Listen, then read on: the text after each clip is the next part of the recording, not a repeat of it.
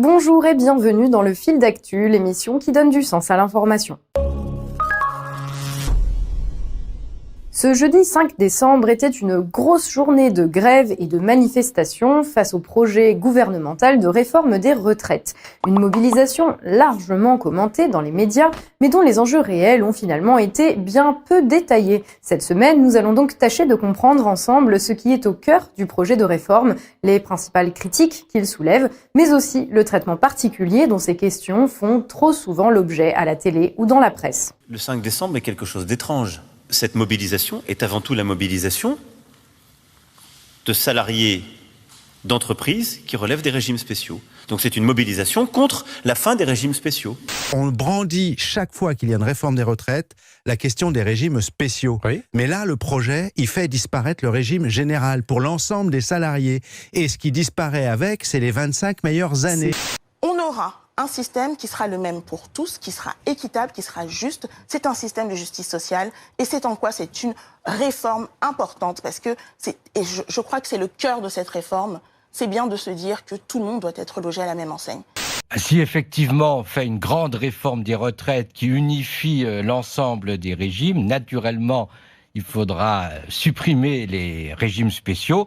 Le problème c'est est-ce que cette suppression, elle va s'accompagner d'un mouvement vers le bas de la retraite de ces régimes spéciaux ou est-ce qu'il ne faut pas augmenter l'ensemble des retraites pour qu'elles restent satisfaisantes? Est-ce qu'on tire tout le monde vers le bas ou est-ce qu'on tire tout le monde vers le haut? A priori, ça va être plutôt vers le bas, non? Actuellement, le risque, c'est qu'il y a une réforme dans laquelle les retraites ne sont plus garanties, alors qu'avant, il y avait plus ou moins une garantie que les retraites représentent un certain pourcentage du dernier salaire. Maintenant, si on passe à un régime par points, le risque, c'est que les retraites deviennent une variable d'ajustement du budget, comme on l'a vu cette année, où on les a désindexées pour équilibrer le budget. Si beaucoup de choses ont été dites sur la grève du 5 décembre, il reste encore aujourd'hui difficile d'y voir clair sur le projet de réforme des retraites qui est en cause. À cela, la première raison est simple. Les détails de ce projet n'ont pas encore été rendus publics par le gouvernement.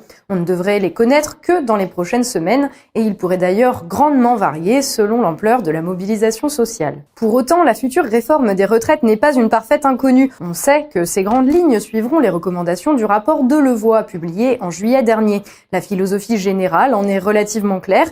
Limiter les sommes dédiées au financement des retraites en incitant les Français à travailler plus longtemps. À quel âge pourra-t-on partir à la retraite ? C'est la question qui fâche. C'était une promesse de campagne d'Emmanuel Macron. Je ne proposerai pas de modifier durant le quinquennat à venir l'âge de départ à la retraite. L'âge légal de départ à la retraite reste fixé à 62 ans. En revanche, pour toucher sa retraite à taux plein, l'âge d'équilibre est fixé, lui, à 64 ans. La clarification, c'est un nouveau contrat social qui est très clair. Nous avons gardé la possibilité de partir à 62 ans. Ça, c'est l'âge plancher, oui, en dessous duquel on ne souhaite pas que les Français partent avec des retraites trop petites. Ça, c'est l'âge légal, mais si on fait ça, on y perd, que les choses soient claires.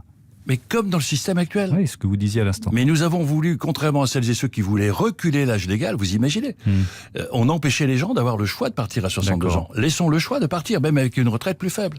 Concrètement, il ne s'agira pas simplement, comme l'ont fait les gouvernements précédents, d'augmenter le nombre d'années de travail pour une retraite à taux plein. Nous passerons à un système de retraite dit à points. Chaque temps travaillé donnera un certain nombre de points correspondant à une certaine somme d'argent.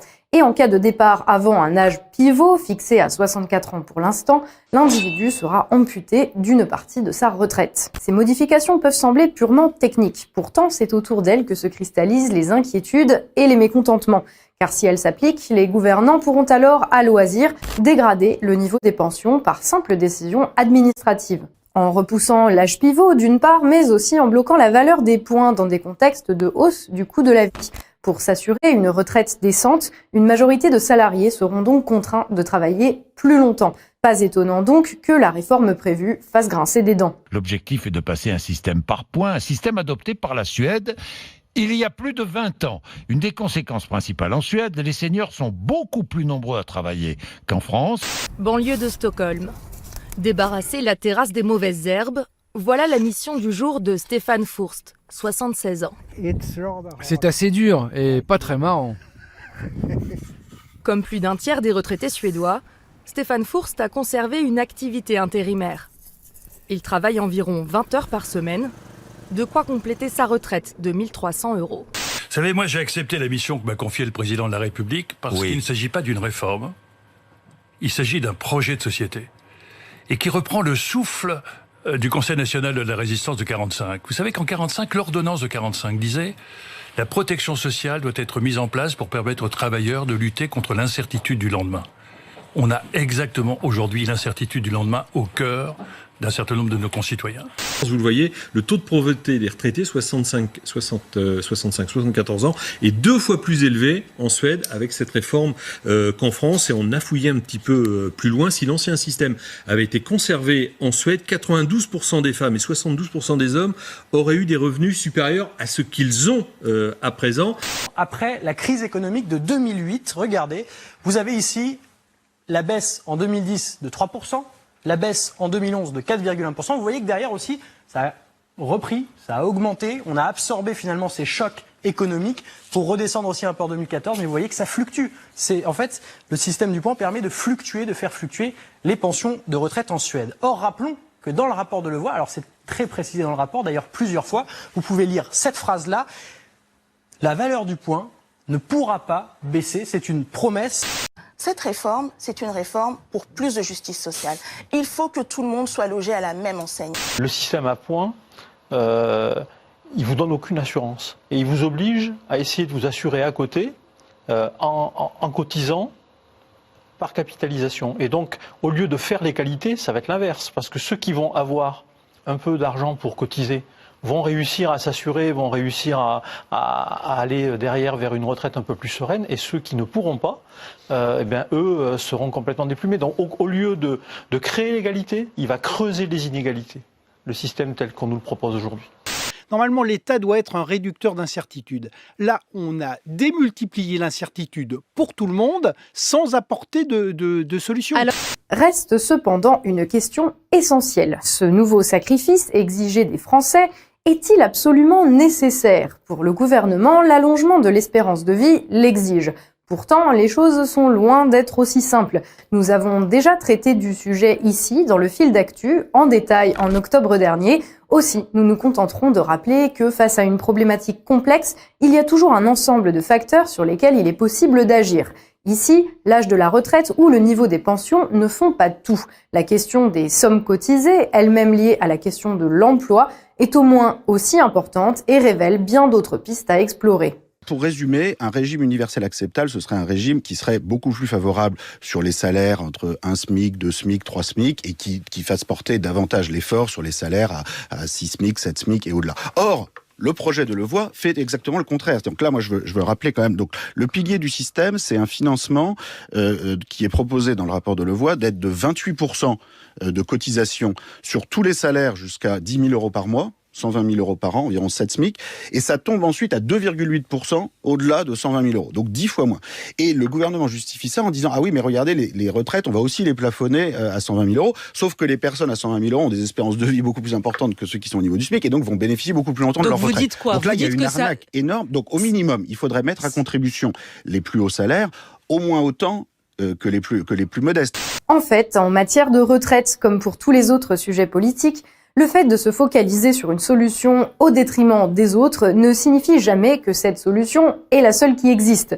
Tout est affaire d'arbitrage et de choix politiques. En l'occurrence, le choix de faire peser la dépense publique sur certaines catégories de la population plutôt que sur d'autres. Bien sûr, ces choix devraient faire l'objet d'un débat serein.